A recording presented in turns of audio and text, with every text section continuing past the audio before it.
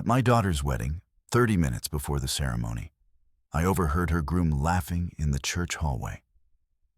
That laugh, it froze the blood in my veins. It was too loud, too free, the laugh of a man without a single care in the world. And then I heard his voice, clear as ice water. That girl is so naive. I'm only after the money. Her dad's loaded, at least $5 million. My hands shook. The world, the flowers, the soft organ music practicing in the sanctuary. It all blurred into a silent, screaming tunnel. My daughter's smile, her trusting eyes, the way she looked at him like he hung the moon. It all shattered in that one sentence. My hands shook as I hit the record on my phone. They thought I was just a rich, trusting father, a grieving widower too focused on his business to see the snake in his own garden. They had no idea what was coming. What I did next didn't just stop a wedding. It destroyed him completely. And my daughter and I, we gave the performance of our lives. Just the morning after the wedding, he walked straight into the trap. I'm grateful you're here. Tell me where you're watching from and what time it is. Right now, every father, every parent needs to hear this story. My wife, Catherine, she used to say I had good instincts.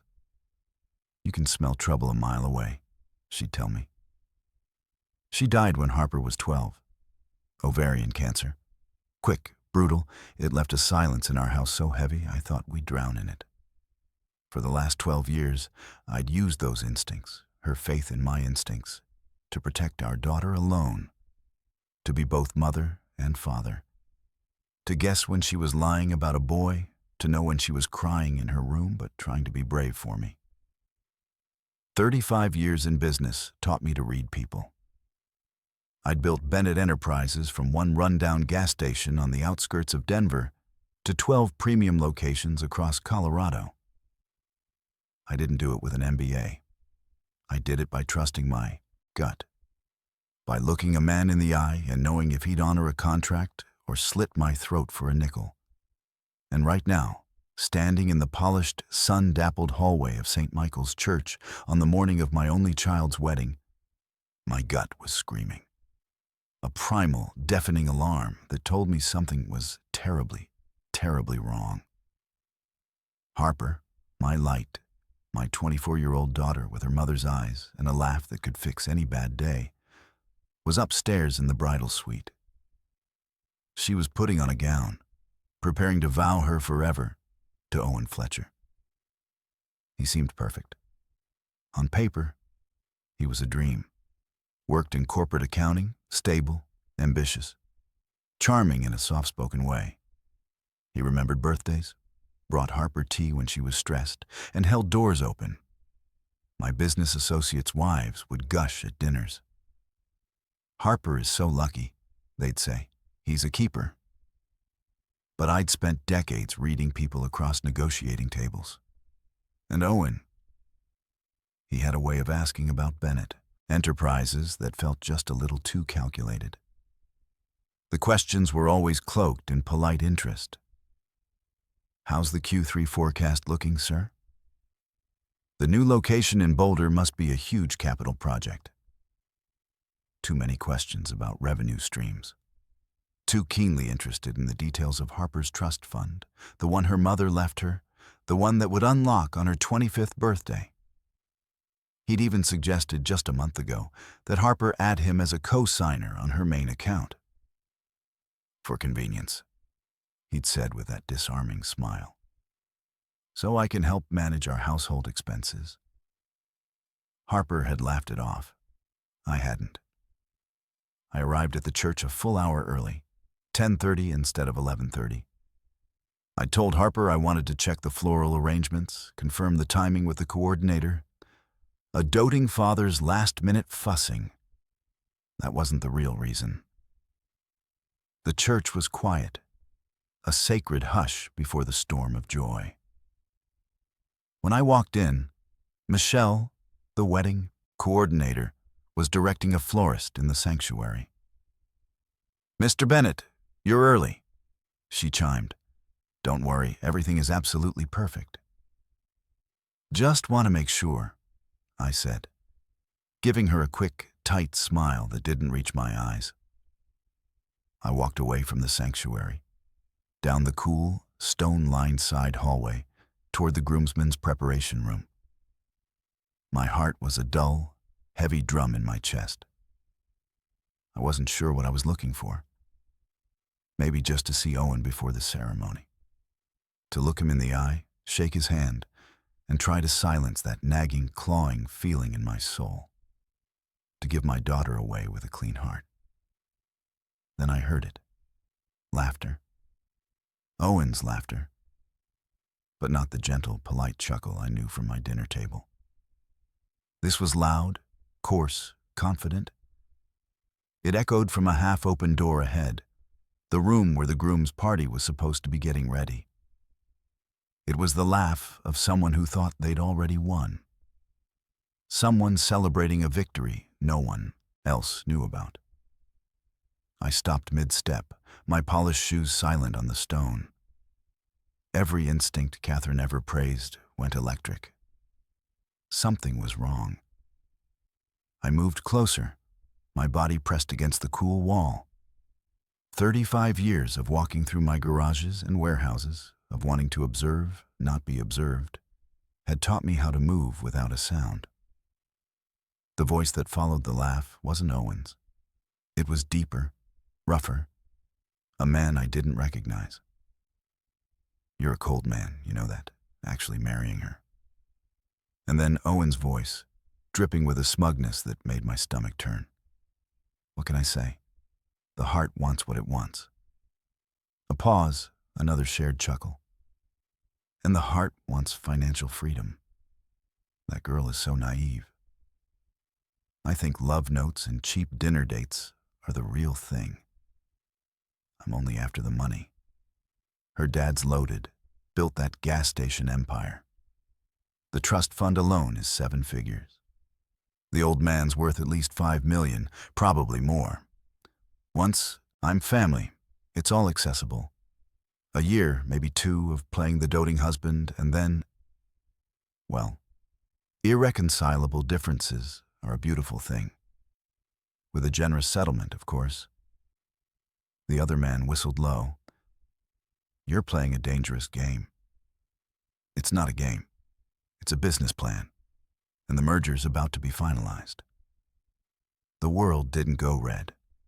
It went white. A cold, sterile, blinding white. All the sound drained from the universe, except for the pounding of my own heart against my eardrums. My hand, moving on pure, mechanical instinct, slipped into my pocket. My fingers found my phone. With a touch so numb I barely felt it, I swiped, opened the voice memo app, and pressed record. I held it out, just past the edge of the doorframe. My hand didn't shake anymore. It was steady as a rock. The rock of betrayal. The rock of a coming avalanche. I stood there, a ghost in the hallway, as they continued. They talked about the prenup my lawyer had insisted on. Owen had signed it without a fuss, calling it a silly formality. He laughed about how he'd found a loophole, a clause about marital asset building that his own, secretly consulted lawyer said could be exploited. They talked about Harper's dreams of opening a little art studio. He called it a hobby, and said he'd let her have her fun until it was time to cash out. They talked about my health, speculating on how long I might live. The other man, who I now realized was his older brother, muttered something about speeding up the inheritance. Owen just laughed again, 1 step at a time. I recorded it all, every vile word, every poisoned confession. When their conversation shifted to sports, I finally moved. Silent as a shadow, I retreated back down the hall, my mind not spinning, but clicking, piece by piece, plan by plan. the loving, trusting father, was gone. In his place was the man who'd fought competitors, weathered recessions, and built something from nothing. A man who knew how to protect what was his. They thought I was just a rich, trusting father. They had no idea what was coming. I walked into the bright sunshine outside the church. I took a deep, shuddering breath of the Colorado air. And I made 2 calls. The first was to my lawyer, a pit bull named Evelyn Ross. Her voice was crisp on the line. "Evelyn, the wedding is today. I need you on standby. Something has happened. I have evidence. We are not stopping the wedding. We are proceeding as planned. But I need you to draft new documents immediately. I'll explain everything in an hour." The second call was to my daughter. Her voice was bright, bubbly with nerves. "Daddy, are you at the church? Is everything okay?" "Everything is perfect, sweetheart," I said, my voice the calmest it had ever been. "I just wanted to hear your voice. I love you more than anything in this world. Remember that. No matter what happens today. Remember that." "I love you too, Daddy," she said, a little confused. "See you soon." I ended the call. I looked at the recordings saved on my phone. It was no longer just a file. It was a weapon. And the performance of our lives was about to begin. Walking back into that church was the hardest thing I've ever done. Harder than signing Catherine's medical directives. Harder than telling a 12-year-old girl her mother wasn't coming home.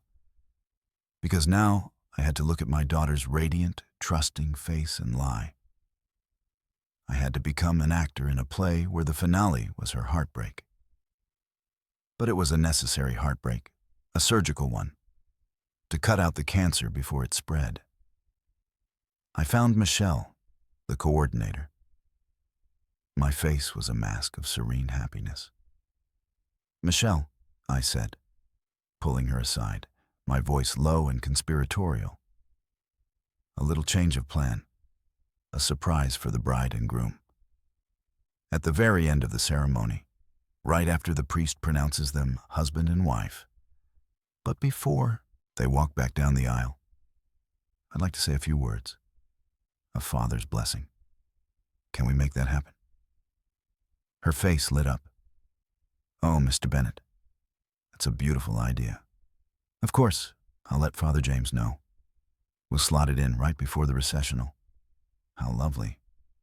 Beautiful. It would be. But not in the way she imagined." The next 30 minutes were a blur of grim determination. I greeted early arriving family with smiles and handshakes. I nodded at Owen's parents, who were beaming with pride. They were decent people, I thought. Were they part of this? Or were they just blind to the monster they'd raised? I pushed the thought aside. It didn't matter now. Then I saw him. Owen emerged from the hallway, resplendent in his tuxedo, his hair perfect, a practiced look of humble joy on his face. He saw me and his smile widened, reaching his eyes. An Oscar-worthy performance.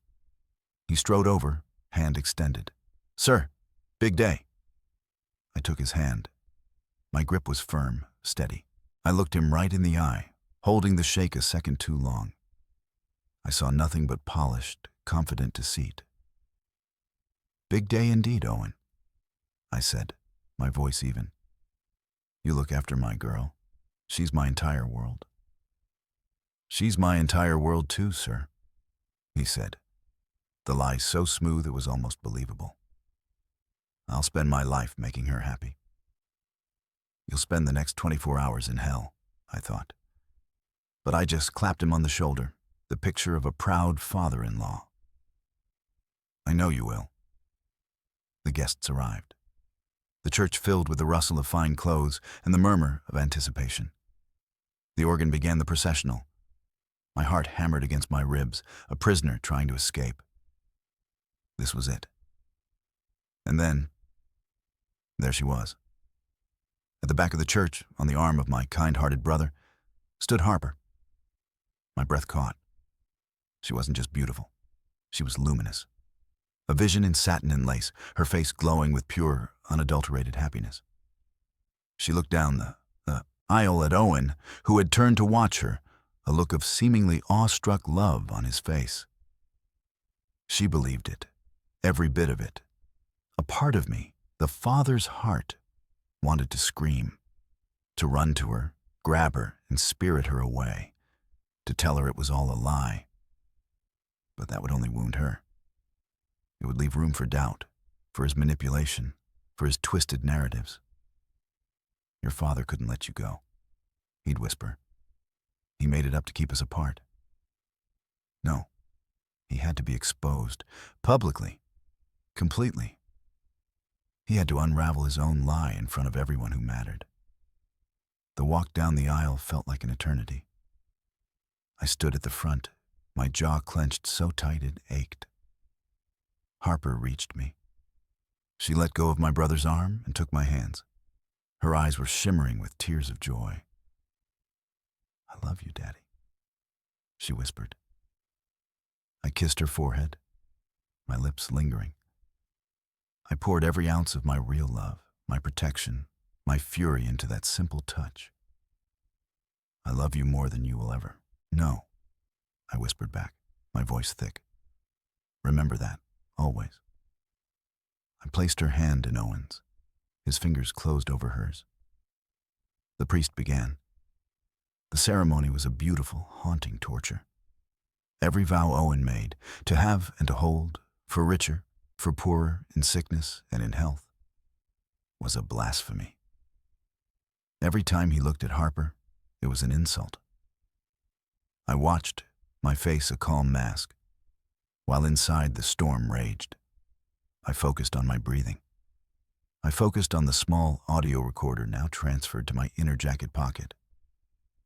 I focused on Evelyn, my lawyer, who I'd spotted slipping into the back row, a leather portfolio on her lap. Finally, the moment came. Father James, beaming, addressed the congregation. "By the power vested in me, I now pronounce you husband and wife. Owen, you may kiss your bride." They kissed. The church erupted in applause. Harper's face was alight with triumph and love. Owen held her, a picture of possession. As the applause began to die down, Father James went to gesture for them to walk back down the aisle. Michelle, from the side, caught his eye and gave a subtle nod toward me. Father James, slightly confused but accommodating, raised his hands. And now, before our new couple begins their journey, the bride's father has asked to share a few words of blessing. Joshua. A gentle, curious murmur rippled through the crowd. Harper looked at me, surprised but delighted. Owen's smile was polite, slightly patronizing. "The old man wants his moment in the sun," his expression seemed to say. I walked to the center, to the small lectern. I adjusted the microphone. I looked out at the sea of faces. Family, friends, business partners, Owen's smug brother in the third row. I looked at Harper, so beautiful, so trusting. My heart broke for her, even as I steeled myself. "Thank you, Father James," I began, my voice surprisingly clear and strong in the hushed church.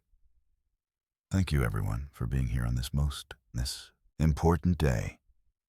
As many of you know, Harper's mother, Catherine, isn't with us in person, but I feel her here. She taught me many things. She taught me about love, about loyalty." I paused, letting my gaze sweep over Owen. He was still smiling, nodding gently along. "She also taught me to trust my instincts, to listen to that small, quiet voice that tells you when something is wrong." The smile on Owen's face faltered, just for a millisecond, a flicker of uncertainty. "Today," I continued, my tone shifting, becoming harder, colder. "Before this beautiful ceremony began, I came to the church early, to pray, to reflect.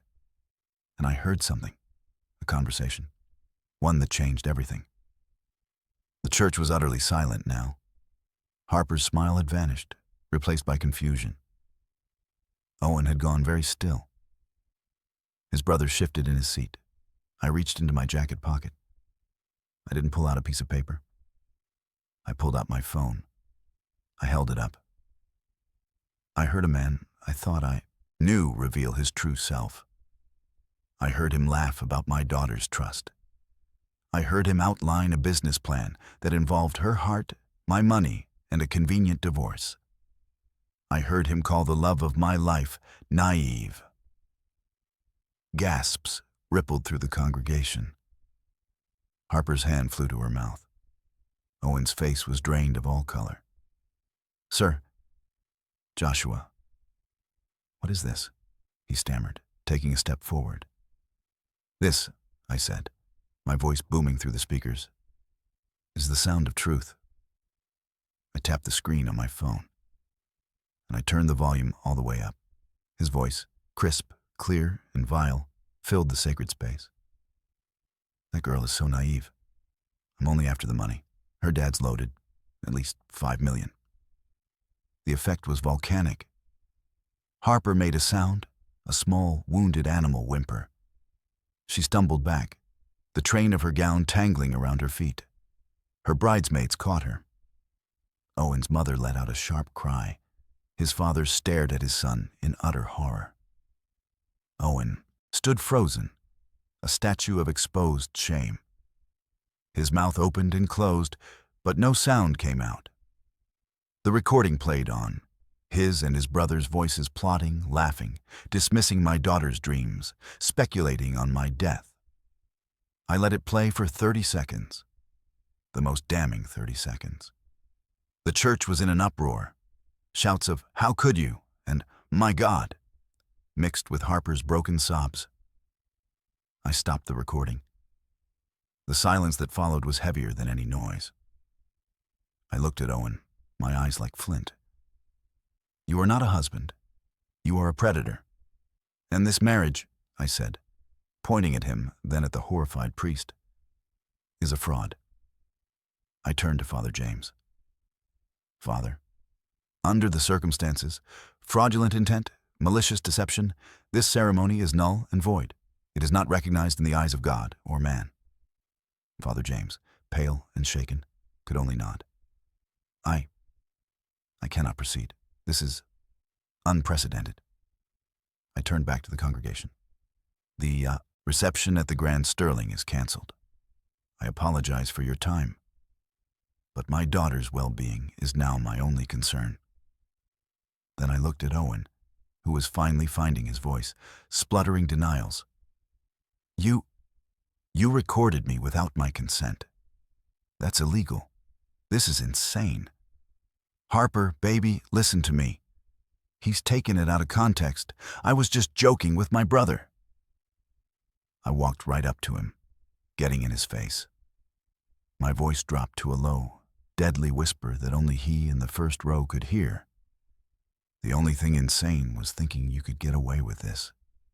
The prenup you signed has a clause about acts of moral turpitude and fraud. You've just avoided it in the most spectacular way possible. You get nothing, not a cent of her money, not a piece of our family. And before this day is done, everyone you know, every employer you'll ever have, will know exactly who you are. Now get out of my sight." I turned my back on him. I walked to my daughter. Her makeup was streaked, her body trembling. I wrapped my arms around her, shielding her from the stairs, from the ruin of her dream. "I'm so sorry, my brave girl," I murmured into her hair. "I'm so sorry. But it's over. He can't hurt you anymore." Over her shoulder, I saw Evelyn, my lawyer, standing now. She gave me a sharp, professional nod. Phase 1 was complete, the public unraveling. Now, Phase 2 would begin, the legal annihilation. But for Owen, the worst was yet to come, because he still thought this was the end of his plan. He didn't know it was just the beginning of mine. The trap was set. And he, in his arrogance and panic, was going to walk right into it. The morning after the wedding that wasn't, he would make his final, fatal mistake. I didn't take Harper back to the house she'd shared with Owen. I took her home, to our home. The one filled with memories of her mother, of birthday parties, of scraped knees and teenage heartbreaks that had nothing to do with calculated evil. She was silent the entire drive, a statue in a wedding dress, staring out the window at a world that had just fundamentally shifted. The radiant bride was gone, replaced by a shell-shocked stranger. Inside, she stood in the grand foyer, looking lost. "I need to get out of this," she whispered, her voice hoarse from crying. "Go upstairs, sweetheart. Take all the time you need." She climbed the stairs, each step slow and heavy. I heard the door to her old room click shut. Then, a moment later, the sound. A raw, guttural sob of pain that tore through the quiet house. It was the sound of a dream being violently dismantled. I closed my eyes, leaning my forehead against the cool wall. Every part of me wanted to go to her, but some wounds needed to be endured alone first. She needed to break before she could even think about rebuilding. My phone buzzed. "Evelyn." "The documents are ready," she said. "No greeting necessary. The cease and desist, the injunction to freeze any joint accounts he might have already manipulated, the formal annulment papers citing fraud. I've also alerted our contacts at the firm where he works. A discreet word about ethical concerns will ensure he's placed on administrative leave by Monday morning. But Joshua, the trap you mentioned, it's risky. If he suspects anything." "He won't," I said, my voice low. "His greed is his blindness. And right now, he's panicking. A panicked animal runs straight into the snare. Are the Bennett Holdings offshore accounts ready?" "Set up exactly as you specified. They look legitimate on a surface-level audit, but the terms of service and the back-end trails are creative. He'll see a golden opportunity, not a minefield." "Good. Send the first probe to his brother's known email, the one he uses for his side ventures." "Already done. A confidential market alert about a sudden, time-sensitive private equity slot in Bennett Holdings' new European Fuel Logistics Fund. Minimum buy-in, $250,000. Projected return, 40% in 6 months. It's the kind of insider tip a desperate, greedy man would sell his soul for." A cold smile touched my lips. "Perfect." I ended the call and poured 2 glasses of bourbon. Not to drink, but to have ready.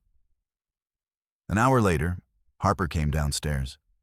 She had changed into sweatpants and an old college hoodie, her face scrubbed clean, pale, and vulnerable. She took the glass I offered and sat on the couch, curling her legs under her. For a long time, she just stared at the amber liquid. "Did you know?" she finally asked, her voice fragile. "Before today?" I had doubts, strong ones. But I didn't have proof. I just had a father's fear. If I'd told you my suspicions without evidence, would you have believed me? She thought about it and gave a slow, sad shake of her head. "No. I would have thought you were being overprotective, that you didn't want to let me go." She took a shuddering sip. "He was so convincing, Dad. Every look, every word. It felt so real. Was any of it real? The desire for the life you represented was real. The money, the status, the security. The rest was a performance. A very good one." I moved to sit beside her. "But listen to me. His deception is a reflection of his rotten core, not a measure of your worth. Your ability to love and trust is a strength, Harper. It always will be. He exploited it. That makes him a monster, not you a fool." Tears filled her eyes again, but they were clearer now. Less of shock, more of a dawning, painful understanding. "What happens now?" The annulment, the lawyers. It's so ugly. It is ugly. But I will handle every piece of that ugliness. You will not be dragged through the mud. Your only job is to heal. I paused, choosing my next words carefully. But there is a way to ensure he never does this to anyone else. A way to make sure the consequences match the crime. It requires a performance from us, one last time. She looked at me, a flicker of her old fire in her eyes. What kind of performance? I laid out the plan, the fake investment opportunity, the pressure we would apply, the role she would need to play. As I spoke, the grief on her face began to mix with something else. Resolve. A sharp, fierce desire for justice. He thinks I'm broken, she said, her voice steadying. He thinks I'm just a naive girl crying over a shattered fantasy. He'll expect hysterics, weakness. Exactly. So we give him the opposite. We regret it. We make him think the door isn't fully closed, that his mistake was getting caught, not the plan itself. That with the right apology and a significant financial show of faith, he might still salvage something. You want me to talk to him? When he calls? And he will call. He'll try to explain, to manipulate. You will be hurt, but conflicted. You'll tell him you're devastated, that your father is enraged, that he's pushing for criminal charges. You'll let that word hang in the air. Criminal. Then you'll mention, just in passing, that Dad is so distracted by this new, massive European fund launch that he's not focusing on you. That maybe if Owen could somehow get in on that, prove he's serious about being a part of this family's future, not just its bank account. Harper's mind was working now, the strategist's mind she'd inherited. He'll see it as a backdoor, a way to win you back by showing business savvy, and a way to get his hands on money directly, bypassing the trust fund he just lost. He'll be desperate. His reputation is in tatters. His job is hanging by a thread. His own family is horrified. This fake fund will look like a life raft. He'll grab it without looking to see if it's full of holes. She finished her bourbon in one decisive swallow. What do you need me to do? My heart swelled with a painful pride. Tomorrow morning, he will call. You will answer, and we will begin the final act. The call came at 8:17 a.m., just as predicted. Harper was sitting at the kitchen island, her hands wrapped around a mug of tea. I stood in the doorway, out of sight, giving her a firm, steadying nod. She took a deep breath, tapped the screen, and put it on speaker. Hello? Her voice was perfectly calibrated, exhausted, sad, brittle. Harper. God, Harper, please. Please talk to me. Owen's voice was a masterpiece of panicked contrition. What happened yesterday? You have to believe me. It was all a terrible misunderstanding. My brother and I, we have this sick, stupid sense of humor. We were just joking around, blowing off steam. I would never, ever think those things about you. You're my everything. Harper closed her eyes, drawing on a well of strength that astounded me. Joking, Owen? She whispered, letting a tremor enter her voice. You joked about waiting for my dad to die? You joked about divorcing me for money? What kind of jokes are those? It was vile, I know. I'm so ashamed. But it wasn't real. The stress of the wedding, I don't know what I was thinking. Please, let me see you. Let me explain face to face. I can't. My father, he's beyond furious. He's talking to his lawyers right now. He's saying it was a fraud, that it's criminal. She let the words sit in the static-filled silence between them. I could almost hear Owen's blood running cold. Criminal? No, that's insane. It was a private conversation.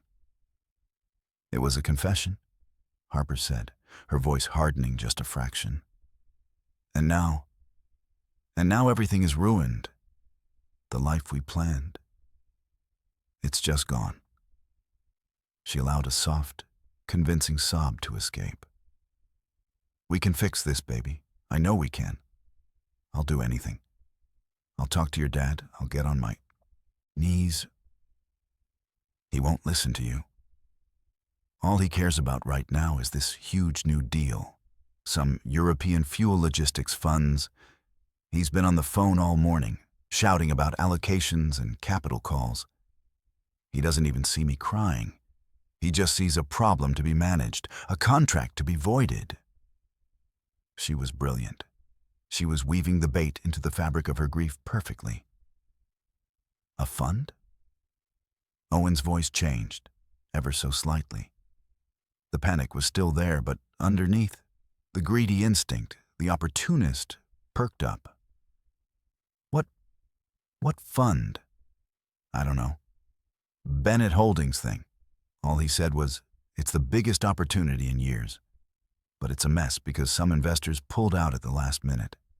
He's obsessed. He doesn't care about my broken heart. To him, this is just a bad business deal. She was painting a picture of me as a distracted, emotionally distant titan, more concerned with money than my daughter's pain. It was the version of me Owen would most want to believe. Harper, listen to me, Owen said, his voice dropping into a low, intimate register, the one he used to use to sell her on his dreams. This is a sign. This is how we fix it.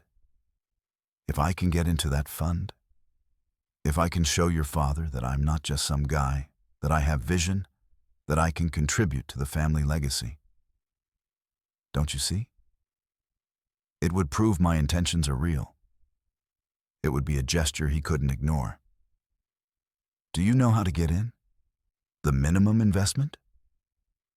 Harper played perfectly hesitantly. Owen, after what you said, how can you even ask me about money? It's not about the money. It's about our future. It's about showing him I'm serious. Please, Harper, this could be our only chance. She let out a long, shaky sigh. I heard him yelling at his assistant. He said there was one slot left at 250. 250,000. It's probably gone by now. 250, Owen repeated, could hear the wheels spinning furiously in his head. He didn't have that kind of liquid cash. Not even close. But he had access to things. Client accounts he managed, loans against his parents' house, his brother's shady connections. I can do that. I can find it. Who does the money go to? How is it done? I don't know all of it, Harper said, sounding overwhelmed. His assistant, Lydia, handles the wires.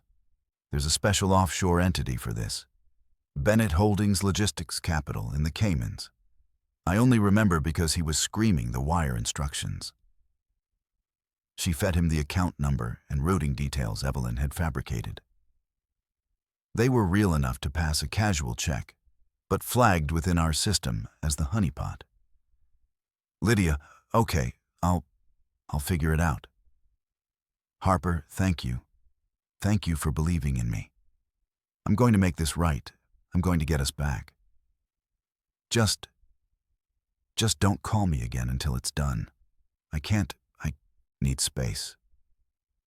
She hung up before he could respond. She set the phone down, her hands trembling now that the performance was over. She looked at me, her eyes wide. He took it. He didn't even hesitate. The hook is set, I said. Now, we let him run with it. Evelyn will monitor the fake account. The moment his money hits it, the trap springs. For the next 36 hours, we watched. Evelyn's team fed fake documents to a fake portal Owen was given access to. Beautifully crafted prospectuses, forged emails from European partners, all selling the dream of immense, quick returns. Owen's brother, the one from the church hallway, was his eager accomplice. They scrambled, pooled resources, and in their desperation, they made a fatal error. Owen, using his position as an accountant, initiated an unauthorized transfer from a dormant client trust fund he managed, padding it with a high-interest loan from a disreputable private lender his brother knew. It was textbook fraud, and we had a digital sniper trained on every move. The money, $257,000 exactly, hit the Bennett Holdings Logistics Capital account at 4:03 p.m. on Monday. 2 minutes later, 3 things happened simultaneously. First, Evelyn executed the legal side. The annulment papers were filed, along with a civil suit for emotional distress and restitution, citing his attempted theft as further evidence of his fraudulent character. Second, a pre-recorded, automated email from Bennett Holdings Compliance went to Owen and his brother. It thanked them for their investment and informed them that due to irregularities in the source of funds and potential conflicts of interest, their capital was being held in escrow, pending a full audit by international financial authorities. It would be frozen indefinitely. Third, and most crucially, an anonymous, encrypted tip was sent to the State Securities Board and the FBI's white-collar crime unit. The tip contained detailed evidence of Owen's unauthorized transfer from the client trust fund, the loan documents, and his communications about the can't-miss private fund. It painted a clear picture of a desperate man committing felony fraud to chase a mirage. The trap wasn't just to take his money. It was to make him commit a real, prosecutable crime in his attempt to steal from us. We didn't destroy him with the recording. The recording was the spark. We destroyed him by giving him enough rope to hang himself with his own greed. The unraveling was swift and public. The authorities moved faster than I anticipated. Perhaps the evidence was just too clear-cut. On Wednesday morning, as Owen sat in his now barren office at the accounting firm, his access revoked, his name being quietly scrubbed from the website, 2 agents from the FBI and an investigator from the State Securities Board walked in. They didn't make a scene in the lobby, but word travels like wildfire in a glass-walled office. He was escorted out, pale and handcuffed, past all his stunned colleagues. The charge: wire fraud, misappropriation of client funds, and securities fraud. His brother was picked up an hour later at his home. The local business journal ran the story that afternoon. Rising accountant arrested in elaborate trust fund scam linked to failed Bennett wedding. The article meticulously avoided libel, but mentioned the now public audio recording from the wedding day as context for his apparent financial motivations. It was over. Completely. Harper and I watched the news coverage on a local channel. She was silent for a long time. Then she said, "He looks small." And he did. In the grainy footage being led into a federal building, the charming, confident Groom was gone. He was just a man in a rumpled shirt, his shoulders hunched, his face a mask of terrified disbelief. The empire of lies had collapsed on top of him. The phone rang off the hook, reporters, so-called friends seeking gossip, Owen's devastated parents, who I ultimately did speak to. They were broken, apologetic, begging me not to press charges. I told them, with genuine pity, that the charges were now far beyond my control. The state and the federal government were his adversaries now. I had simply provided the light that revealed the truth. Their son had chosen every step that led him into that darkness. A week later, the final piece of our plan fell into place. Evelyn had negotiated with a law firm that employed Owen. To avoid a massive, reputation-destroying lawsuit for their failure to supervise him, they agreed to a settlement. They would not only cover the full amount he had stolen from the client trust, which was returned immediately, But they also paid a significant sum to Harper, earmarked as a goodwill restitution for the distress their employee had caused. It was a seven-figure number. It wasn't about the money. It was about symbolism.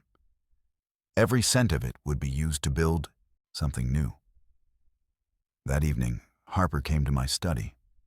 She looked more like herself, though a wiser, quieter version. "I've been thinking," she said. "That money from the firm. I don't want it for me." "What do you want to do with it?" I asked.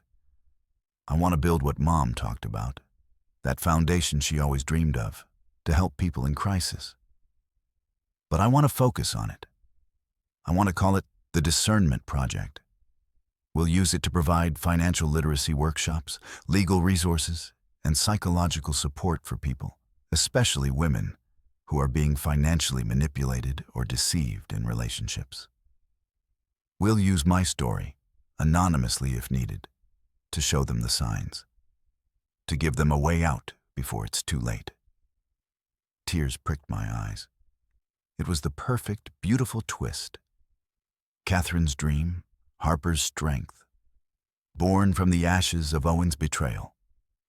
He tried to steal our legacy to build his own. Instead, his crime would fund a legacy of protection for others. "That," I said, my voice thick with emotion, "is the best idea I've ever heard." This is where most stories would end. Justice served, lessons learned, a new beginning. But life and the human heart is more complex than a simple revenge plot. The Discernment Project launched 6 months later. Harper was its driving force. Her pain transformed into a fierce, compassionate purpose. She spoke at events, not as a victim, but as a survivor who had reclaimed her narrative. She was magnificent. One afternoon, about a year after the wedding that wasn't, we were in the foundation's new offices, unpacking boxes. We were both sweaty, laughing, surrounded by the smell of new paint and possibility. Out of the blue, she put down a stack of books and looked at me. "Dad," she said, her tone shifting, "there's something I never told you." My heart, so full of pride, gave a slight, uneasy hitch. "What is it, sweetheart?" She took a deep breath. "That morning of the wedding, when you called me from the church, you said, 'No matter what happens today, remember I love you.' Do you remember that?" "Of course." When I hung up, I knew. I knew something was terribly wrong. But it wasn't a surprise. She looked away, out the window. I'd had my own doubts about Owen for months. Little things. The way his stories sometimes didn't quite add up. His frustration when I talked about wanting a simple life, not a lavish one. The intensity of his questions about the trust fund. I'd even found a hidden folder on his laptop once, with spreadsheets that had my name, your company's estimated value, and projected timelines. I told myself I was being paranoid, that I was sabotaging my own happiness. I was stunned. "Why didn't you say anything?" "Because I was ashamed. I'd fought so hard for everyone to see him the way I wanted to see him, to prove I'd found my perfect love. Admitting my doubts felt like admitting I'd made a catastrophic mistake, so I buried them. But when you called, it was like you gave me permission for the truth I already knew to surface."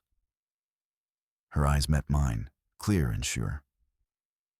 "So, when you played that recording in the church, yes, I was heartbroken. I was humiliated. But a part of me, a deep, hidden part, was also relieved. You didn't just save me from him, Dad. You saved me from myself. You gave me the courage to face a truth I was too scared to face alone." I pulled her into a tight hug, my own tears falling freely now. The twist wasn't revenge. The twist was in my daughter's quiet, pre-existing strength. I hadn't been protecting a naive girl. I'd been backing up a warrior who was already fighting her own silent battle. Our performance hadn't just been for Owen. It had been the catalyst for her own liberation. "You are your mother's daughter," I whispered. "She would be so incredibly proud of the woman you are. So why am I telling you this story? Not just for the drama, not just for the satisfaction of seeing a predator face justice. I'm telling you this because trust your instincts. That quiet voice, that nagging feeling, it's a gift. My wife called it being able to smell trouble. You might call it intuition. Whatever it is, don't silence it with logic or wishful thinking. If something feels off in your life, in your relationships, investigate it. It is not a sign of weakness to be cautious. It is the ultimate strength. And for the parents, the protectors out there, our job isn't to build a cage around our children to keep danger out. It's to arm them with discernment, to teach them to recognize the wolves in sheep's clothing.